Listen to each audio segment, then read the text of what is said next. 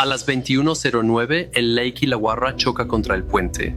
2 pilares y 100 metros de la carretera colapsan en el río, mientras autos y un autobús se dirigen hacia el enorme agujero en la densa niebla.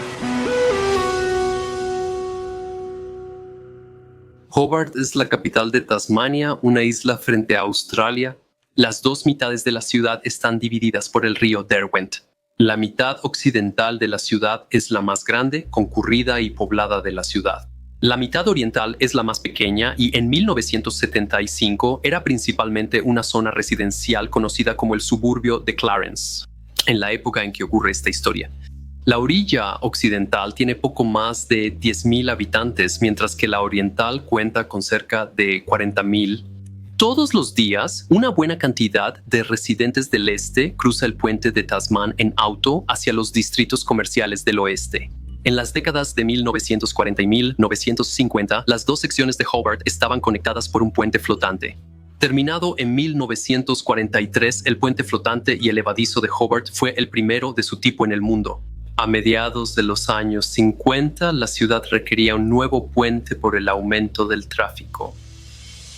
En 1965, el puente Tasman abrió al tráfico, conectando el este y el oeste. Las secciones principales se prefabricaron y colocaron para unir el este y oeste separados casi 1 milla. Durante la construcción, se reforzaron más de 60,000 metros cúbicos de concreto con más de 5,000 toneladas de acero a un costo de poco menos de $9 millones estadounidenses. Hoy en día hay más de 70,000 cruces de vehículos cada día. El puente fue construido para que barcos grandes pasen por el tramo central de navegación, con 45 metros de altura libre sobre la línea de flotación. Tiene 2 tramos secundarios de navegación a cada lado del tramo principal y 19 tramos de acceso. Cada tramo está sostenido por un pilar que se apoya en una pila con una losa en la línea de flotación, que a su vez descansa sobre las pilas, elevándose desde la roca madre hasta la superficie del agua. Barcos como el lago Illawarra, un granelero construido en Australia del Sur por Broken Hill Proprietary, cruzan los tramos de navegación diariamente. Botado en marzo de 1958, el buque medía 140 metros de largo y 18 de ancho. Operado por la Comisión Australiana de Transporte Marítimo Costero, navegaba frecuentemente bajo el puente Tasman hacia el muelle Risdon, río arriba de Hobart, casi 2 millas al norte del puente Tasman. A las 21:00 del 5 de diciembre de 1975, el buque lago Illawarra navega por el río Derwent, pasando Hobart hacia el puente Tasman. Transporta 10,000 toneladas de concentrado de zinc para Industrias Easy en la planta Risdon. El capitán del barco, Boleslaw Pelk, tiene la intención de navegar por el tramo de navegación oriental y sí, ese es su nombre real. A las 21:15 la embarcación se desvía un poco al acercarse al puente. El capitán Pelk no pone mucha atención a las fuertes corrientes de marea. No pude encontrar las tablas de mareas de 1975, pero parece que la marea está subiendo y empujando el barco río arriba hacia el puente. El capitán baja la velocidad del barco de 8 nudos a una considerada segura, que imagino es de 4 o 5 nudos. El timón de un barco está construido como el ala de un avión. Para crear sustentación, el viento tiene que pasar sobre el ala. Para que un barco pueda maniobrar, el agua tiene que fluir pasando por el timón. Si el barco deriva en la corriente y el timón viaja a la misma velocidad que el agua, entonces el barco no puede girar. Así que el capitán Pelk tiene que mantener suficiente velocidad para conservar el control del timón. El barco lago Illawarra es lo suficientemente grande como para justificar pasar por el amplio tramo central de navegación del puente. Pero Pelk está apuntando a uno a la derecha del tramo central que no es tan ancho, y por eso su puntería debe ser precisa. Pero ha reducido la velocidad del barco y ahora viaja casi a la misma velocidad que la corriente y no hay mucha agua fluyendo sobre su timón. Intenta cambiar de rumbo, pero la embarcación no responde lo suficientemente rápido.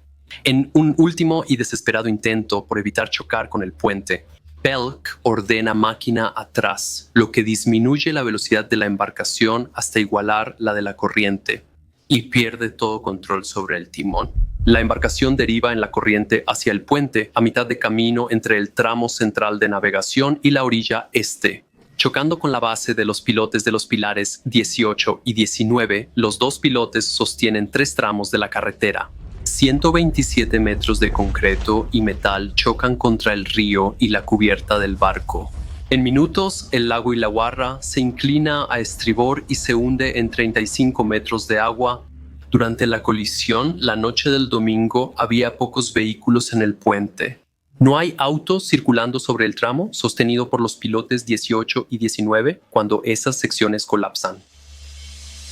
Frank y Sylvia Manley están en el puente conduciendo a casa, cuando el auto frente a ellos desaparece en la densa niebla. Justo cuando se apagan las luces del puente, Frank reduce la velocidad, tratando de ver el auto de adelante. Cuando Sylvia grita que el puente ha desaparecido, él pisa los frenos y el auto se desliza hasta detenerse, con las ruedas delanteras tambaleándose al borde. Sylvia mira hacia abajo por la ventana y ve un remolino de agua y el barco siendo arrastrado hacia abajo por el peso del puente de concreto sobre el que Frank y Sylvia deberían estar conduciendo. Ella se da cuenta de que el auto frente a ellos no desapareció en la niebla. Murray Ling va conduciendo sobre el puente en los carriles hacia el este con su esposa Helen y sus 2 hijos. Cuando se apagan las luces del tramo, él reduce la velocidad y luego nota que varios autos delante de él parecen desaparecer al conducir directamente por el borde. Él pisa el freno y el auto se detiene a centímetros del borde. El auto que lo sigue se sorprende y choca la parte trasera del de la familia de Murray, empujando las ruedas delanteras al borde. Ayuda a su familia y a sí mismo a salir del auto, luego intenta hacer señas a los 2 autos que se acercan al abismo. Lo ignoran y pasan a toda velocidad, incluso giran para evitarlo y se lanzan por el borde hacia el río. Sin desanimarse, Murray hace señas a un autobús que derrapa y choca contra las barandillas, salvando a los pasajeros. A los pocos minutos del desastre, los residentes locales corren al lugar en sus propios botes y hacia la orilla. Aún cae concreto del puente, hay cables colgando y agua derramándose de una tubería rota. Los habitantes que buscan en el río y cerca del puente logran salvar a 35 de los 42 tripulantes de la embarcación. 7 miembros de la tripulación quedan atrapados en la embarcación y se ahogan. Poco después, la policía llega y toma el control. En las próximas horas y días, numerosas organizaciones participan en la respuesta de emergencia. Desde bomberos y rescatistas hasta remolcadores, obras públicas, la Armada Real Australiana y muchos otros servicios. A las 02:30 del lunes 6 de diciembre, apenas 5 horas después del accidente, un equipo de 14 buzos de la Armada llega a Hobart para ayudar a la policía acuática en la recuperación de los vehículos que cayeron del puente. 2 autos son hallados el 7 de enero. Uno se recupera ese día y 3 días después el otro es extraído a la superficie. Un tercer vehículo es descubierto enterrado bajo los escombros el 8 de enero y un cuarto vehículo nunca es encontrado. Los buzos de la Marina deben navegar entre escombros del puente, concreto roto, varillas de acero, barandales, tuberías y cables eléctricos. En el tercer día de búsqueda, fuertes vientos lanzan escombros del puente al agua, cayendo sobre los buzos que trabajan abajo. El 13 de enero, el equipo de buceo completa una agotadora y difícil inspección de los restos del Lake Illawarra, operando con baja visibilidad y fuertes corrientes del río. Perder el puente de Tasmania desconecta las 2 partes de la ciudad, lo que altera la forma de vida de las personas en Hobart. Casi el 30% de la población de la ciudad vive en el lado este del río, en el suburbio de Clarence. El trayecto de 10 minutos sobre el puente de Tasmania para ir al trabajo, dejar a los niños en la escuela o ir a la universidad ahora toma 90 minutos.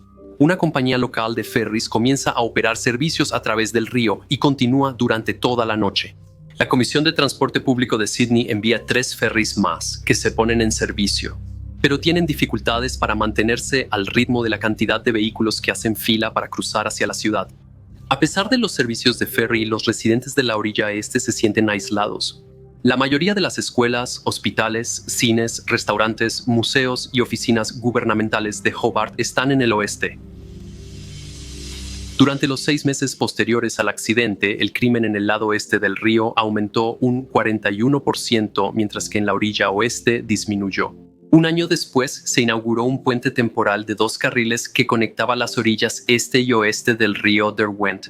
22 años tras el accidente, el puente Tasman fue reconstruido y reabierto en octubre de 1997, con un costo de unos $27 millones.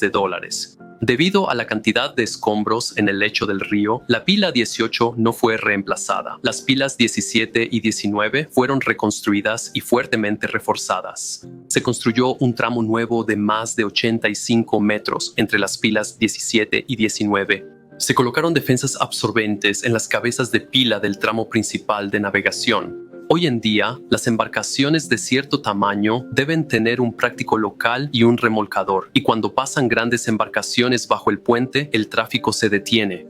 Un tribunal de investigación determinó que el capitán Pelk no manejó el barco de manera adecuada y profesional y suspendió su certificado de capitán por 6 meses, pero su compañía lo retiró discretamente. Se registraron 12 muertes. 7 tripulantes murieron ahogados al hundirse el barco y 5 automovilistas en 4 autos cayeron del puente al río Derwent. Un operador de ferries construyó rápidamente más embarcaciones para satisfacer la demanda y se volvió un importante constructor naval de Tasmania.